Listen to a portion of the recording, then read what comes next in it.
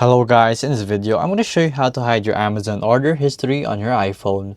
So to do this is pretty simple. So we're not going to use the application of Amazon, we're going to go to our browser. So from here in your Amazon, I want you to go and request a desktop site because it only works in this method. So here, all you have to do is actually follow the simple steps. So here, we have our orders right here.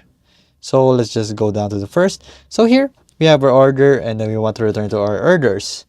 And then from there, you want to select the order from the past 3 months, let's say, and you want to archive this mouse. So right here. So from there, all you have to do is archive this order and then you'll be able to archive it right here. Once you have archived it, you can go back here to your own accounts and list and archive the orders. And then you can unarchive it and then basically it will be back in your orders. It's just that simple. So there you go guys, that is how you get your Amazon order history to be archived here in your iPhone. If this video was helpful, please hit the like button and don't forget to subscribe.